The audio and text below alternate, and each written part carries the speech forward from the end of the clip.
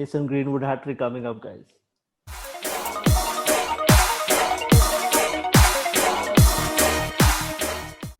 Hello and welcome to another episode of FPL Escapades. I'm Kshitij and I'm joined by again Akshay and Anand, two of my best friends and at least my gurus for the FPL news that we've all been waiting for after the international break. Pep Guardiola reports that KDB has been injured, and the Portugal team manager reports that Cristiano Ronaldo is COVID positive. So we do not really know where we're going with this game week. But guys, Akshay, how do you feel? Do you feel that the international friendlies were necessary in a time like this, or do you have some other? I mean, of course, everybody is gonna have some other views, but from the EPL perspective, only and only from EPL perspective, what do you make of it? Yeah, personally, I was not happy with the international break, the timing of the international break, to be really honest, because we had already seen cases in the first international break before the start of the Premier League. So I did not see any reason for that to happen right now. At least they could have delayed it, or maybe done something like how the NBA managed international fixtures, wherein they had a bubble and players were not going out. So because we really don't know when players will be coming back, and South American players are coming on Friday, that is today. So that's really late, and we might not get player news until deadline. So that's really harsh. Yeah, exactly, absolutely, and a very good point put forward that you know, like they were international friendlies, right, Anand? I mean, friendlies, like for crying out loud, in a in a pandemic like that we are living in right now, wherein the leagues and the league matches are being handled the way that they are. Do you think, like, for example, Cristiano Ronaldo, he's been the news on Twitter that he's been COVID positive. So as a United fan, do you think that this is gonna affect your team, with Bruno Fernandes being a Portuguese and Anthony Martial and Paul Pogba being French, the players who they played against him? So do you think that Akshay is right, and the FA should be more intelligent in the way that they're basically carrying out the games for international friendlies? Actually, rightly put up by Akshay, like something could have been changed. And I'm actually not worried about Bruno and United in particular. I'm more worried about Wolves. They have Wolves, aka Portugal. They have all players coming from Portugal, and imagine, uh, isolating almost all of their players. So that's something.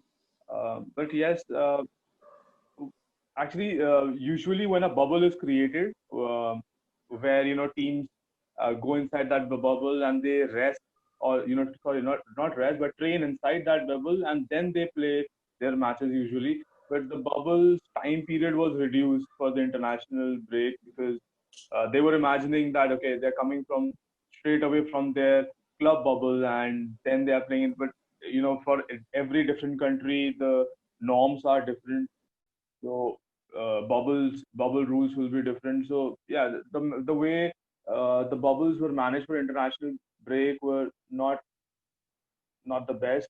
But again, most of the matches were for, say, for European international matches. Most of the matches were for the UEFA Nations Cup. So it's tough to manage for sure, because these matches are important as well, uh, because they do help in European Euro qualification.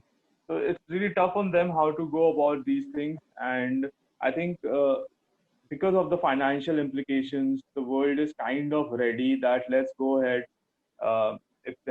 If we do have COVID, we will try and recover. So it's a whole new debate about it. But I think because of the financial implications, things are being run, and yeah, because we all know that because of watching television and broadcasting, a lot of sponsorship money goes into the mix.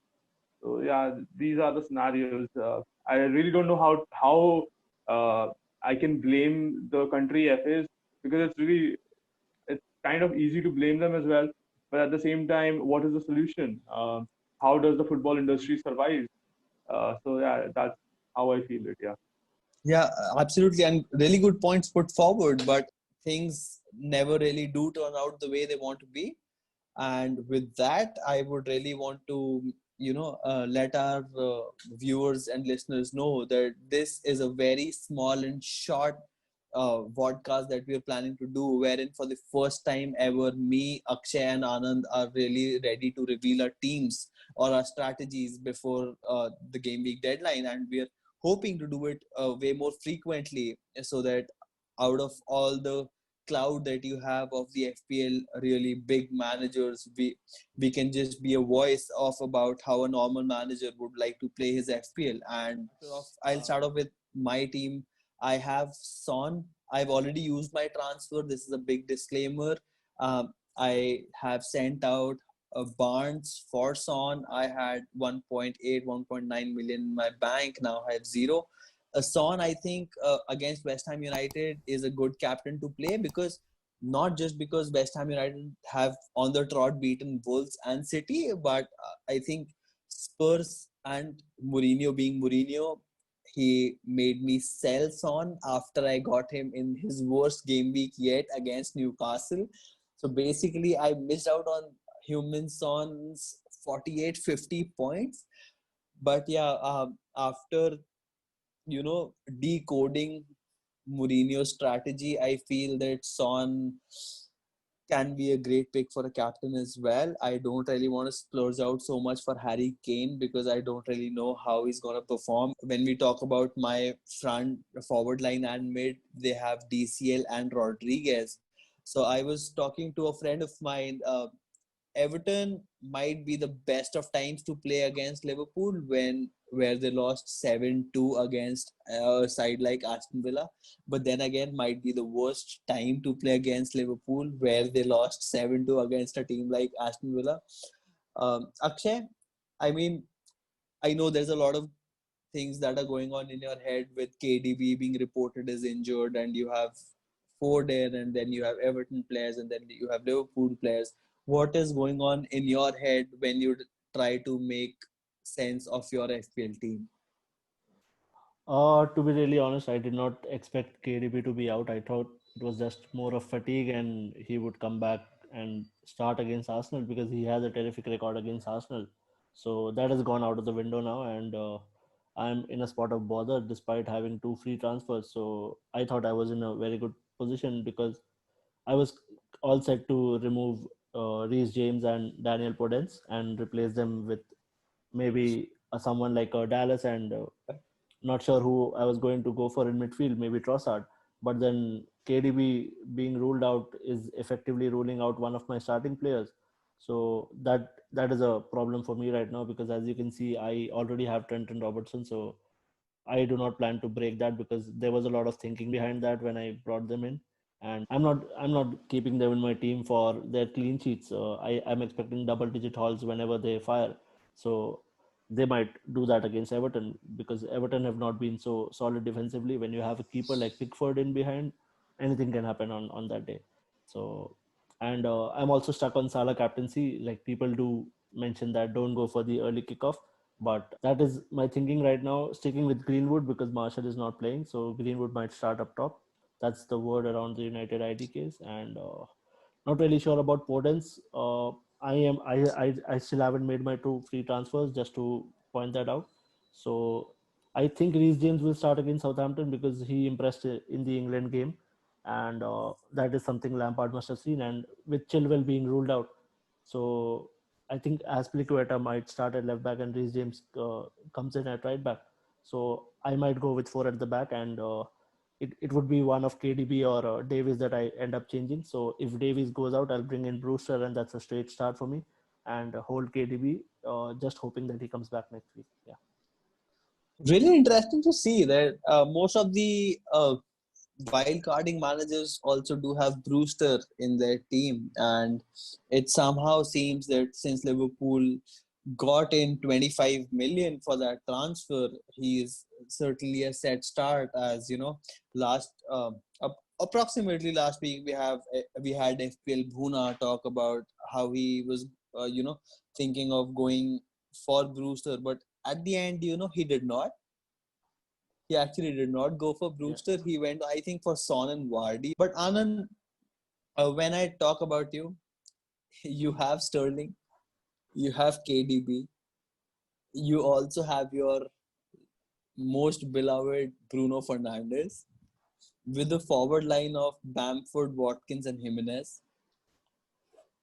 I mean, I think the question that I want to ask you is a whole lot different as to what I asked Akshay. I mean, when you have Zaha, Sterling, and Fernandes hanging in the balance, who do you go to captain with, and what mindset do you go with transferring out KDB? Because 11.5 million in your team not playing doesn't really make sense in my opinion. Isn't that right?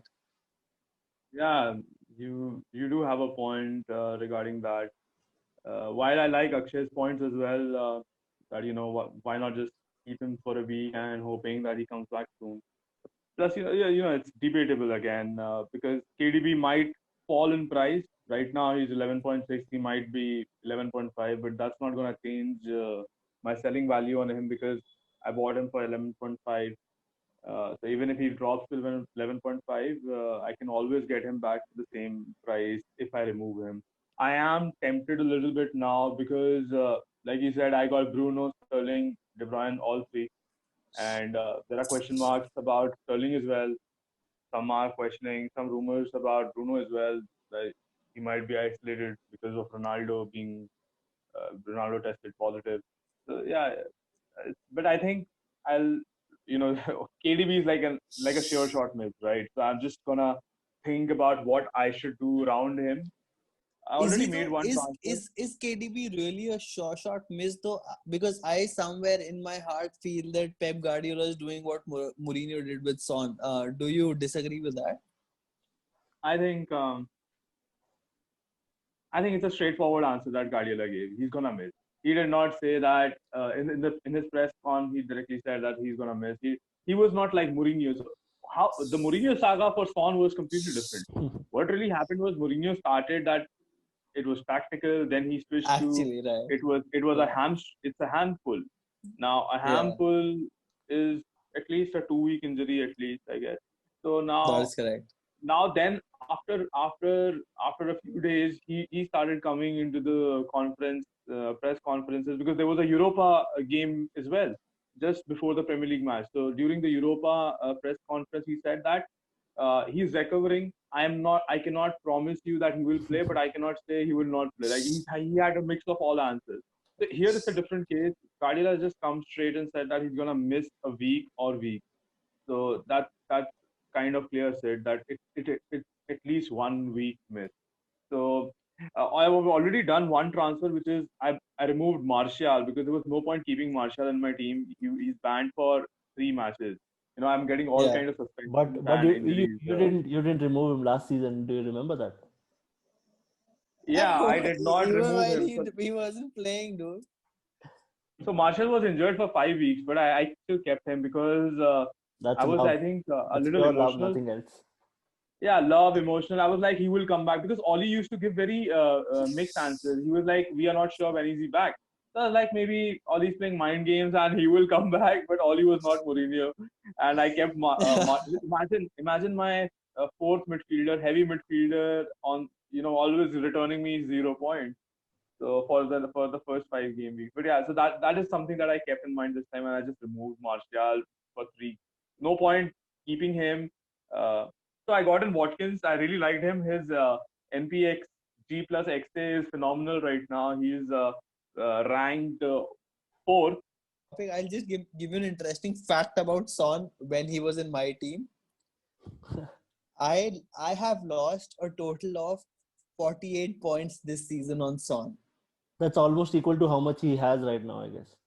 Exactly my point. Mourinho got the better of me and I transferred him out against United when I got in Javi So, Barnes, where he scored 2 goals and gave 1 assist, and now I have him back. So is that a hint for all of us that we should not get him?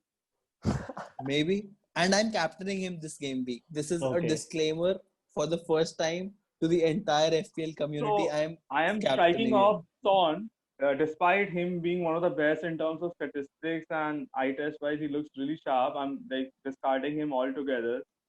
Thank you for the heads up, Chidit. And I think apart from Son, I feel Jack Grealish, but yeah, jokes apart, I think Son will be the one who should be considered. That's a really good move by you. He's flying right now. But apart from for all those KDB owners who have a luxury midfielder or a luxury striker who can come on from the bench, for sure you can still keep KDB on your bench. But in case you don't have a luxury third striker or a luxury fifth midfielder, I think there are three midfielders who really are catching the eye. One is Son, one is Grealish, and one is James Rodriguez. Although James plays, Liverpool. Liverpool, but then even Grealish played Liverpool last week, so you never know. These guys, if quality is probably over fixture, I somehow feel like that. I think So Pulisic could James, also be. I think Pulisic could also be an option because he looks like he is going yeah, to start after Okay, guys. One thing training. I haven't said the entire episode. I still have Werner. I think we'll have I to think talk to FPL Buna about that. Oh no, but man, no, we can't do that. I think Akshay has a really good point. Akshay, what do you want to talk about Pulisic? I think it's a really good sign for Chelsea and for FPL managers as well that if they were looking for other options, and Kshitij, I think for you as well, because of Pulisic, maybe Werner starts benefiting. Yeah, Akshay, what were you saying about that? Yeah, so he came off the bench in the last game, and he wasn't on international duty, so he was training with the squad back at Chelsea. And Lampard just confirmed today that Ziyech might be out for this one. So I think Pulisic starts. And at 8.3, his price has dropped, and 8.3 is a really good value because if you remember his form after Project Restart, he was on fire. I mean, if you ask me, Anand, I still am a statistic believer, and like with 4 or 5 games, and Timo Werner and Kai Havertz did a really good job for Germany. I would still stay with my point that till game week 6, 7, 8, maybe game week 8, you're still testing the waters as how Yeah, a team is doing from a mid perspective, from a forward attacking perspective, from a defensive perspective. I mean, Wolverhampton Wanderers has a better record of keeping clean sheets than City, Liverpool, and United. I mean, that says something about the first 4 game weeks that we've had. But having said that, I'm not really going to, suggest to our listeners that, okay, you go all in with or double up on your Bull defenders. And Anand, for your closing comment, I mean, we decided this to be a really short video of yeah. talking to our teams, but because all football fanatics here, one thing leads to the other. I mean, if there is one one thing that you would like to say to the other average FPL manager, what would it be? Would it be to hold on to the horses that he's got? Is this the time? Is the time right to change? I mean, is Pep Guardiola playing a card like Jose Mourinho or something else? Uh, so Kshitij, first of all, there's no average FPL manager. I feel everybody has their own talent, probably. Yeah, they could have average points this season, and I think you mentioned it here as well that the sample is too small. Just 4 game weeks, and there are like 34 game weeks left, and I think what we can do is we can divide the Premier League into some small sections, like the Fantasy Premier League into small sections. So maybe the first section was game week 1 to 4. Now the next could be how you assess yourself and self-analyze your team from game week 4 to 8. Uh, just be patient. Um, you know, we did have a fear at the start of the Premier League this season that COVID-19 will have an impact, and slowly it is it is having an impact now to teams in terms of players asked to isolate. So I think patience is key, and just stick to your guns. To not shy away from bringing in a player. For example, like with statistics, Rashford is nowhere close. But then Rashford is probably going to play out of position against Newcastle. So, yeah, the statistics will not give you anything about him. Similarly, like Akshay has Greenwood, the same goes with him. Greenwood can play as an out of position because they are listed as midfielders. Just go with what you've seen so far. Um, Try and watch matches, guys. Yeah. And that is how your patience will probably increase, because sometimes players are not scoring, but they looked really sharp or they had a lot of chances. So make sure you watch matches, and yeah, all the best, everyone. May the arrows Absolutely, be filled. absolutely, man. This is a really good thought to all the other FPL managers who would ever listen and watch our videos. We are here to provide you insights about how we feel, how the football that we watched. But definitely, we are at least not somebody who are at the top of FPL. The day that we're definitely gonna brag about it. Akshay, Anand, thank you so much for being a part of this episode.